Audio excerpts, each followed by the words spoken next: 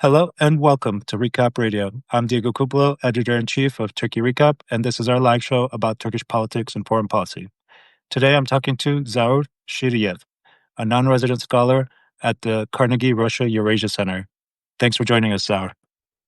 Thank you, Diego. So there's a Azerbaijan and Armenia peace deal underway, and it last made international headlines in August when Trump hosted the nation's leaders and they agreed on a path to peace. But what happened since then? And if successful, what could the agreement mean for the broader region? In this podcast, we'll cover Baku-Yerevan negotiations and their implications for Turkey, the Zangezur corridor, and also the Organization of Turkic States, which, by the way, is holding a summit today in Azerbaijan and stands to benefit from a new trade route linking Central Asia and Europe. We aim to talk about 40 minutes, and we welcome questions from the live audience. That said, Zaur, in their Oval Office meeting in August, Azerbaijan President Ilham Aliyev and Armenian Prime Minister Nikol Pashinyan signed a 17-point peace plan, and they only put their initials on it, from what I understand. What's that mean, and what's the current state of peace talks? Thank you, Diego. So actually, I would like actually describe it more a normalization process than the peace talks. I mean, in general, this process. In terms of the progress, as you mentioned, the both sides agreed on the text of the peace agreement back in March. So, and it was initialed in the August DC meeting. As you but mentioned, but it's not signed yet. And that's an important step forward, not just because the document itself, but also the transparency of it brings. Because for a longer time in the region, there were two very different narratives and a lot of speculation. So some saw that this deal as a victory piece imposed on Armenia, and some also other imagined hidden terms or concessions. So this actually narrative actually fooled mistrust on the both sides. So now we have a text is public and we have a more transparency and people can read and actually see what is there. So in that terms, it's very important, and it's a foundational state level normalization, but it's not yet a full roadmap for the peace. So and also this brings us deeper the problem, a kind of the mindset still in the region, because you as you rightly say that this issue was headline in international media in August, but actually this process is happening for a longer, more than the 3 years. So because there is a tendency to expect extreme external driven solutions.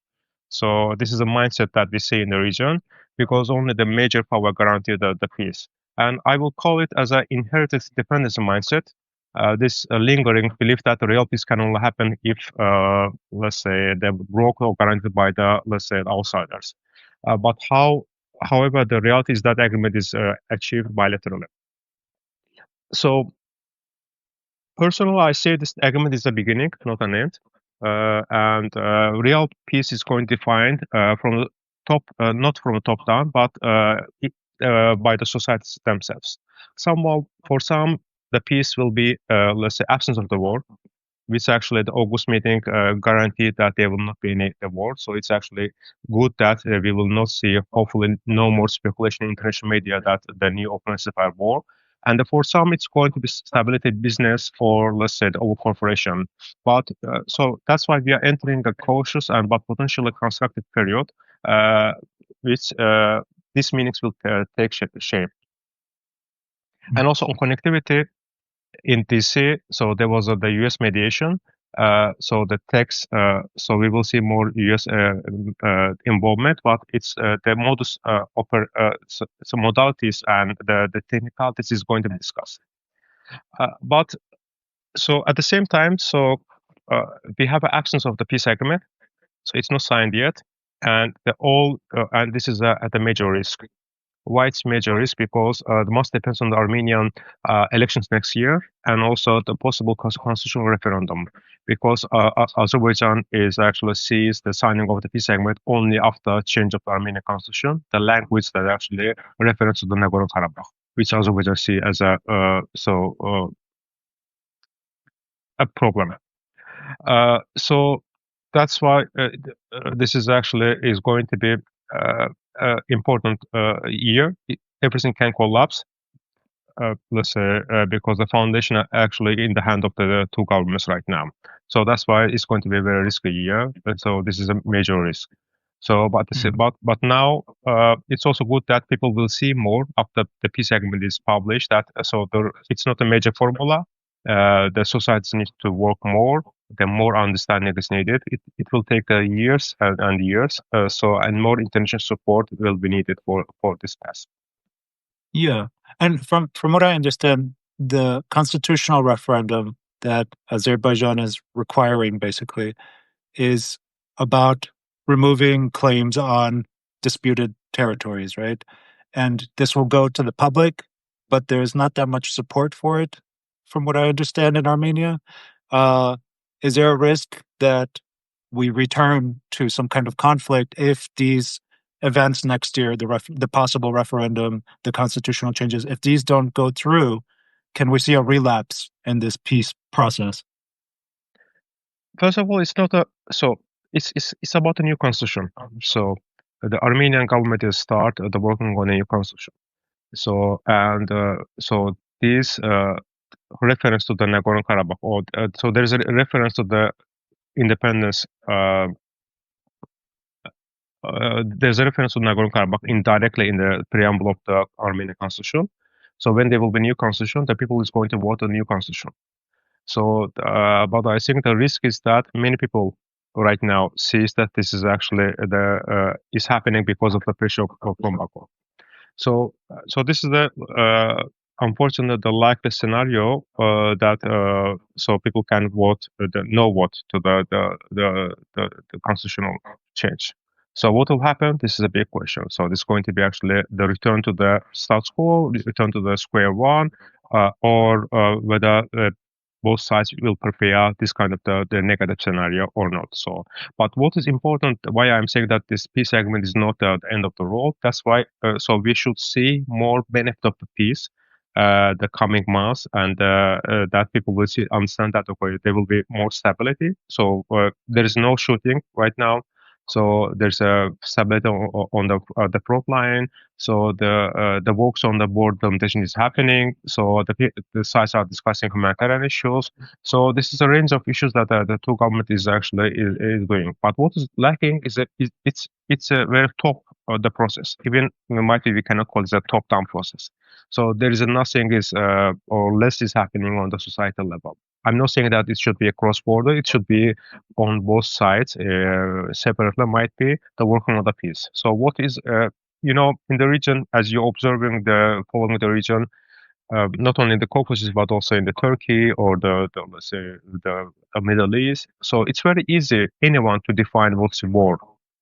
So because it's consequence, it's very hard to define the peace. So when you say the peace in the region right now, if you go in Baku or in Yerevan, people will say that what peace means. So it's not defined. It's sometimes certain the terminology. So that's why there's need a support. People should understand, should define for themselves what a peace means. So the first might be requirement is a security, stability, but there should be more. There should be more tangible benefit for the people. So if there will be this in the coming next 6-8 months, might be people understanding about this. The next referendum in Armenia will be different. So. Mm-hmm. Mm-hmm. Yeah, and there's no third party, correct? If I understood it right. No. Direct. Since September 2023, when Azerbaijan, after Azerbaijan military operation in the remaining part of Karabakh, so both sides actually turned to their talks to the bilateral level talks. So between their foreign ministers and other respective the government officials. So it's a purely bilateral process. But in the beginning of the process, so when the peace process, actually the working on the text of the peace agreement started right after Russian invasion of the Ukraine. So that time, I think we saw some kind of support from the European Union, but also United States. So, but after September 23, it's turned. fully to bilateral process. Mm-hmm. Yeah, and at the same time, we have Turkey-Armenia normalization efforts. Uh, the Turkish-Armenian border gates have been mostly closed since 1993 out of solidarity between Ankara and Baku over disputed territories like Nagorno-Karabakh. But the war is over. Right now, the territorial disputes seem to be paused, and Turkey and Armenia are now pursuing some kind of effort to have normal relations, which includes having borders that are open to different kinds of people. Not yet, though. It seems like they're trying to make the details of how they will open these land borders. And there was a Turkish delegation that visited Armenia last month. So, how do you view Turkey's role in this overall peace process between Yerevan and Baku? And also, here in Ankara, many people argue that Baku has more sway over Ankara than Ankara has on Baku. So who's got the power in this relationship, and how do you explain it, Turkey's role? Thank you, Diego. It's a very good question. So I think that Turkey always supports the Baku-Yerevan normalization. So it's not a mediator, but it had played two quite but yet important roles. And I will call it the hidden contributions. So it's not might be in the media. It's a less spoken issues. The first, I think, the Turkey helped preventing a renewed war in the region after September 2023. So because so there was a lot of widespread speculation that there will be a new offensive by Azerbaijan after September, but I think that the Turkey firm but quite stance made it clear that further fighting is not going to happen. But I think that Turkey is very clearly communicated this to Baku. And so that's why it helped the stabilization of the situation. This is the first important role Turkey played. Second, I will say, I think that Turkey encouraged flexibility behind the scenes. So before March, when we say that the Baku and Yerevan finalized the text of the peace agreement, Turkey played a very important role. So with Turkey encouragement, and Armenia showed more openness, and so because for Armenia it was also important because normalization with Turkey, opening the border. So that's I will say that the Armenia actually they made further steps in order to finalize sooner than the later. So and behind the scenes, Turkey actually did this role. So this is also less spoken in the international, local or international media. But now Turkey can play a bigger role. But I think it's so far it has remained a waiting posture. And because Ankara is closely watching when Azerbaijan and Armenia is going to sign the peace agreement, and that will be a green light for Turkey to open the border or to go to full normalization. And this will be transformative for Yerevan, but I think that probably Yerevan is expecting much more, let's say, dialogue and normalization happen before the signing of the peace agreement. So that's why there's a quite a different agenda between the Turkey and Armenia. But at the same time, we should acknowledge that Turkey has also much more the wider, let's say, agenda. It's not the Caucasus is not on the top of the list. So there's a Middle East, and let's say it is the current important focus for Turkey. But also I would like to say that in March. Turkey also offered a creative approach to both Baku and Yerevan, and it said that might be to signing right now is important. You can sign right now, and we can make a guaranteed role that the Armenia is going to change the clause about Nagorno-Karabakh in the constitution. But it's not accepted by Baku as far as I know, but it's very well known to the diplomatic community. So, but also I think the Turkey right now feel a little bit disappointment because not because of the U.S. involvement, but because of it has stayed in the background while others have taken the lead. So because Turkey has instruments and influence to play a more active role. So in the broader picture, the normalization will bring significant economic benefits for Turkey, as you know.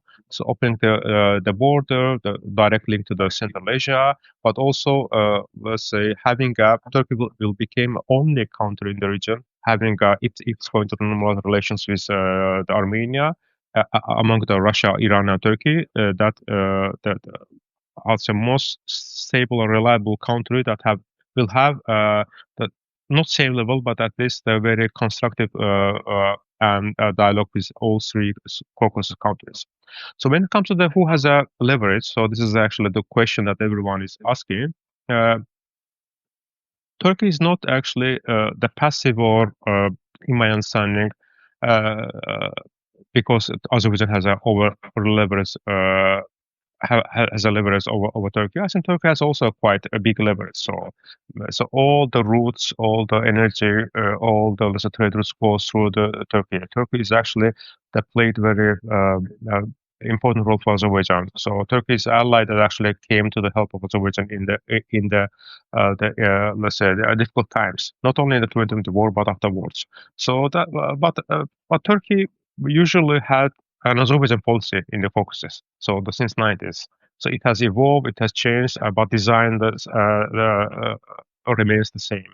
So, but calculation for Turkey was that why we should actually risk losing Azerbaijan just opening the border. So this was the mindset I believe. So why should might we should wait a little bit and to see that full normalization and we can go the fully.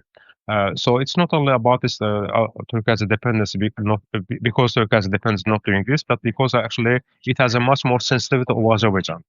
So, but also might be there's some criticism also you see in Turkey, but also in Europe that why Turkey is not making enough less effort. So we can argue about this, or people have a different opinion. So, but I believe at least. Might be not a full opening the border, but they should be much more tangible. The things should happen in Armenia and the Turkey relationship before the election in Armenia, because it's something actually will help Armenian Prime Minister Nikol Pashinyan to show its society that what he describes his society that we have a peace agenda. So one of the critical elements of peace agenda is the Turkey. Why Turkey is important? Because Armenia is trying to reduce dependence to Russia. So if you look to if anyone looked at the map, the only possibility is through Turkey. So in the crisis station, Turkey can help with less alternative energy supplier. Turkey can become economic trade partner. So that's why Turkey has a lot of instruments to play to help and to reduce the Russians' spoiler role in Armenia. Mm-hmm. Yeah. So let's talk about the Zangezur corridor, which you say is a controversial term before we made the call. Please explain that.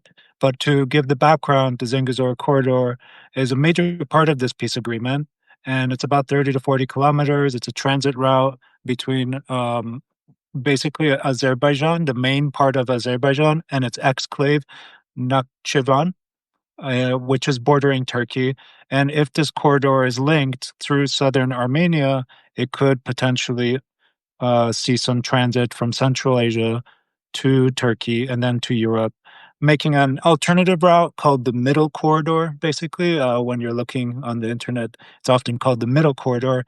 And this would circumvent Russia, which before the Ukraine war was the main transit route, right, from Asia to Europe. So, at least overland. So, what's going on with the Zangezur corridor, and why is it so central to the peace agreement? Because it seems like many players are focusing on that. It's true. So, first of all, when we talk about the connectivity through Armenia, we are talking about we are really talking about reopening the transport routes that have been closed over the 30 years. And in Azerbaijan, it was called also Turkey to Zangezur corridor, but it has been seen as a very offensive terminology in Armenia. So especially since August 8, the Washington meeting, and so it's often called right now the Trump route. or trip, a Trump route for. So that's why MEP sides are using different terminology. But I think I would prefer to say the connectivity through Armenia, because it's not only the corridor. So because the connectivity is much more the broader term. It includes not only the railway connection, the highway. It could be potentially the energy route. So why it's important? Because the Nakhchivan Azerbaijan exclave, as you mentioned, it was isolated from Azerbaijan for over the 30 years. It has a much more dependent economically to Turkey, thanks to Turkish to support. But also the only connection between Azerbaijan and mainland Azerbaijan and the Nakhchivan was happened and happening through the land border, through the land route through Iran or the AM. Let's say, but if it's going to have, if the route is going to happen through Armenia Sunnik region, so it's going to be reduced the travel time. It's going to be much more reliable, the connection for Azerbaijan. Because as you know, that at the same time, Azerbaijan is also expanding the route through Iran. It's called Araz Corridor. But taking into account the Azerbaijan-Iran relationship last 20 years, or even more, especially in the last few years, we can say that it's often has more ups and downs. So sometimes Iran hasn't seen as a very reliable partner in Azerbaijan. Might be the true from Iranian side. So that's why not relying on Iran is also a good option. But whether it's going to be part of middle corridor or not is the good question, because I think middle corridor is right now going through this Azerbaijan, Georgia, and Turkey. So there is a railway connection, highway connection. But might be that this route through Armenia will be more about the connection, more connectivity between Central Asia and Turkey and Europe. So because it might be there will be a different vision, which is I see in Azerbaijan. They say that so the Central Asia has the capacity of the oil, the gas. So they have a renewable energy. They have a rare material. So might be this the route will be a new route for the, let's say, exporting this let's say the these issues these things from the Central Asia to Turkey and to Europe. So it might it might make this route as a different than the middle corridor. So Yeah. Well, why?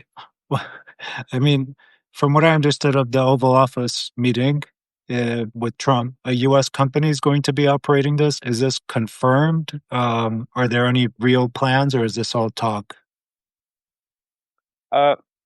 unfortunately, let's say, so negotiations are ongoing. So there are a lot of the technical details. So it's not, I believe it's not resolved yet. So we will see. But also it's very critical issue. So uh, when you look to the Azerbaijan and Armenia position, before 8 August, when they met in Washington, the only difference that they have, let's say, this position, only difference that, or only commonality I see right now is that actually they both oppose the Russian role, any role in this the connectivity project. As you know that before it was designed or that the Russia is going to play a security kind of security role, but now we see that actually the Russia is out of the game. So the question is that you need a much more sophisticated technical capabilities, diplomatic effort, and also you should also involve others who has the capacity to support. So in this case, I mean the European Union, because I think that they had also has interest and they also supported Azerbaijan Armenian the agenda on this topic for many years, and they know many details, and they have also financial the power. So now what we see that is for United States is a political project. Okay, but for Baku and Yerevan needs to be not. They don't see this as a political project. They would like to see it as actually the financial contribution. They would like to see the resolving of the let's say the issues related to the technical modalities. So how it's going to operate. So who will operate? So the what will the cross-border? How it's going to respect Azerbaijan-Armenia sovereignty? So there are a lot of questions actually on the table. It's not resolved yet.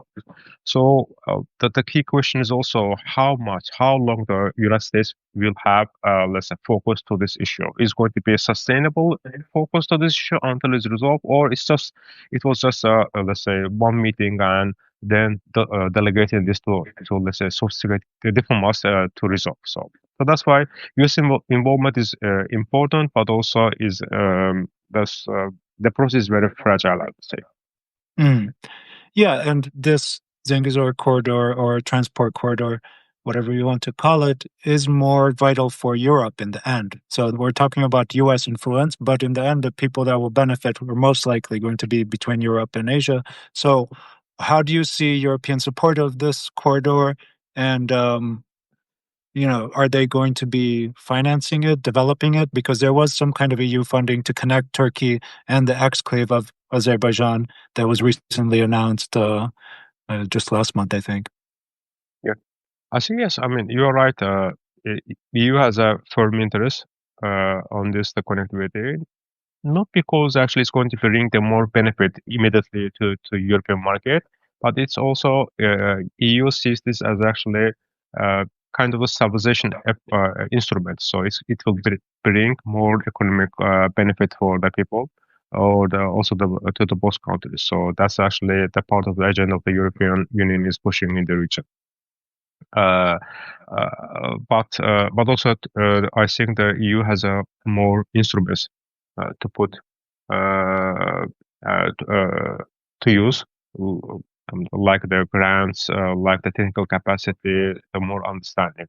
But the question is that whether United States is going to allow the European Union, let's say, to bring these efforts to the connectivity or not. So I don't have an answer to this question. So we haven't seen such kind of coordination between the EU and the United States yet.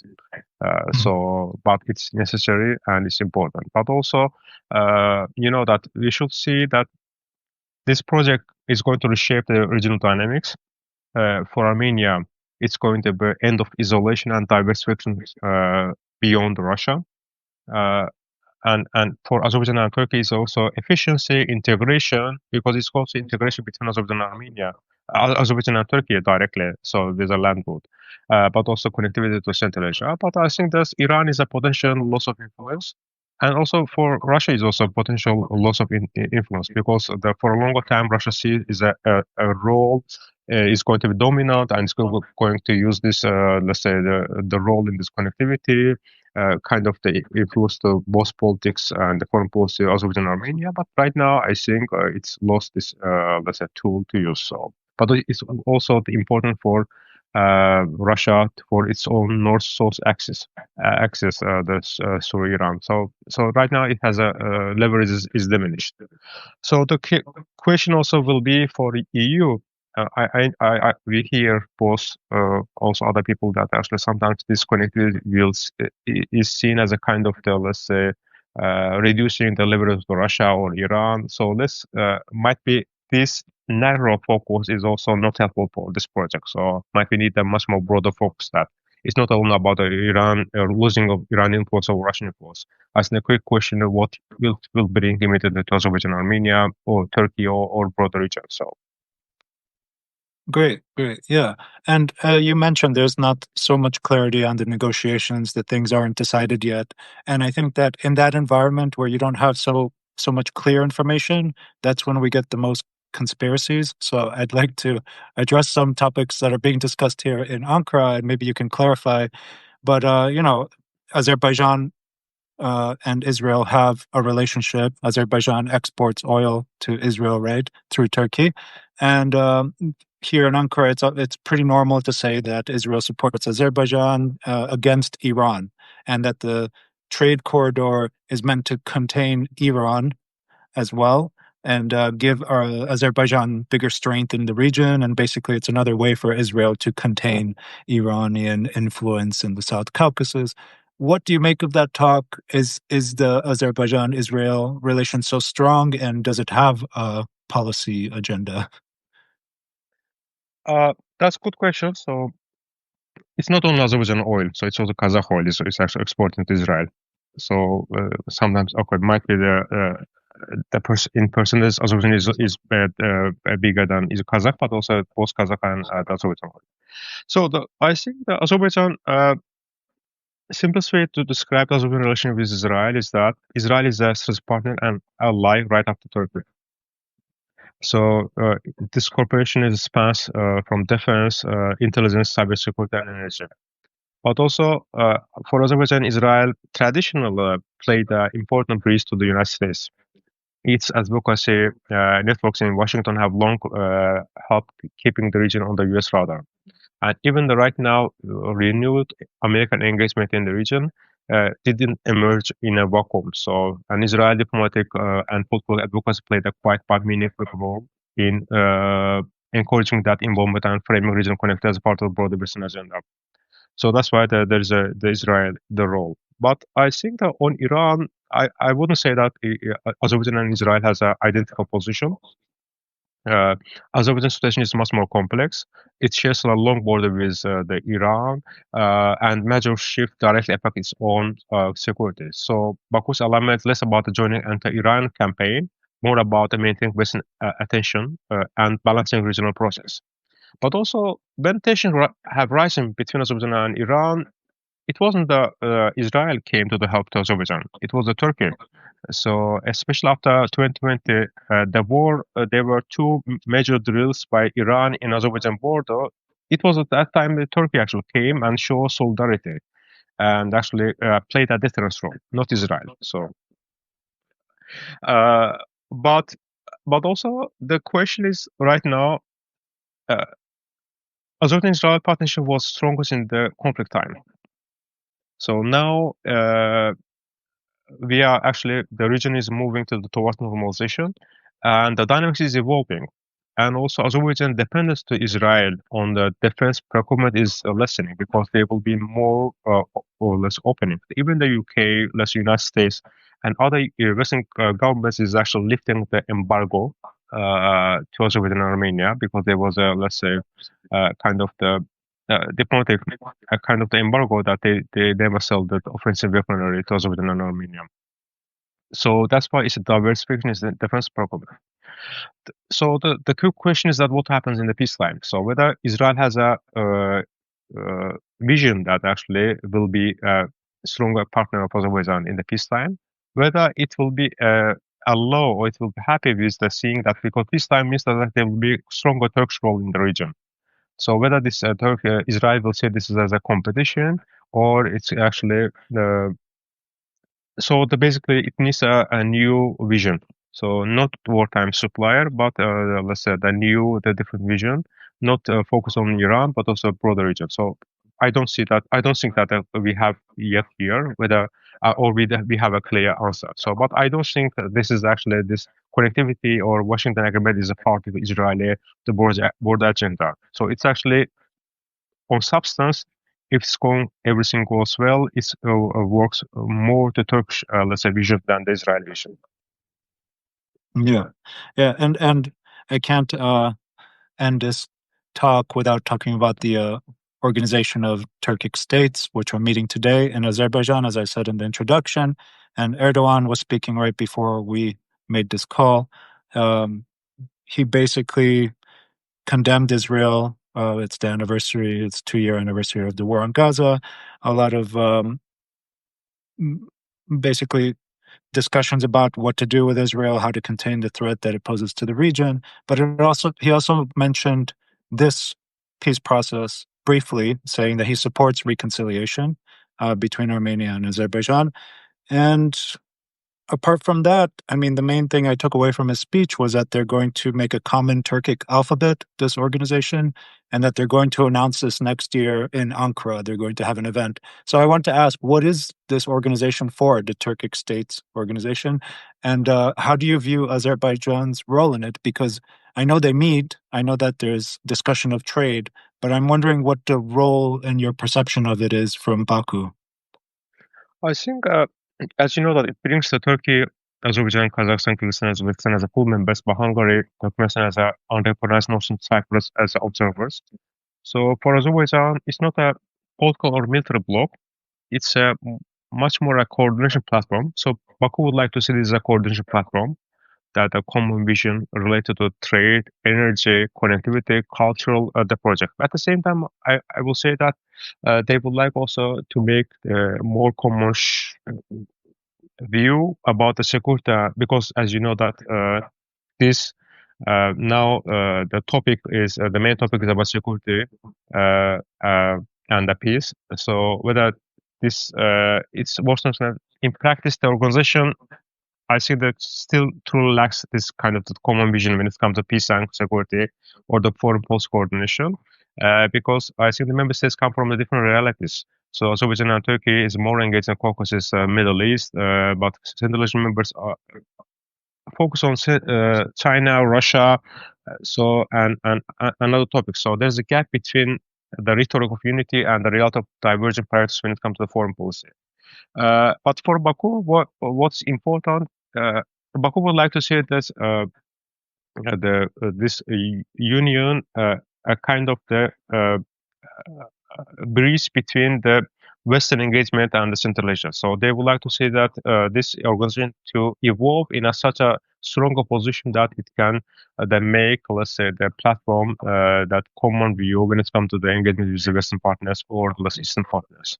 It is not happening yet because, as you know, that EU member states or EU as itself is shaping a different, let's say, bilateral or multilateral platform from Central Asia. So this is something that Baku would like to see this organization to play, and more about connectivity and new realities in the region. So this is middle court is a part of the strongest part of this, let's say, the issue. But when I say that there's a difference, is let's say Cyprus issue. So there's a difference. Azerbaijan and Armenia, Azerbaijan Turkey position is different than the some Central Asian countries. So there are other issues that are also the countries on Israel. So, or let's say on the Gaza issue. So there are different priorities. So I think it will be very difficult to minimize the divergence between this the organization member states, but also this is going to be good platform. But how long, how it's going to be mature, will be mature platform for future? This is let's say more effort is needed, more concrete and tangible results. Might be this connectivity, peacetime in the Caucasus will serve much more interest of this organization to evolve. Let's say much more stronger regional organizations. But it's not a strongest regional organization yet. Mm-hmm.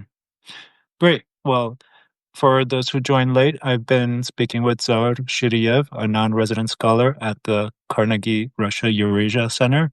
Thank you for doing this, Zaur. Thank you for joining us. Thank you, Diego, for inviting me. Yeah, a pleasure. And thank you to our listeners. If you missed the beginning of this live show, you can find the full recording on Spotify, Apple Podcasts, YouTube, and I'll provide links to the articles and different events we talked about. This podcast is a production of Turkey Recap, a newsletter on Turkish politics and foreign affairs and business. Visit turkeyrecap.com for more coverage from right here in Ankara. Stay safe, stay well. Thank you again. Thank you.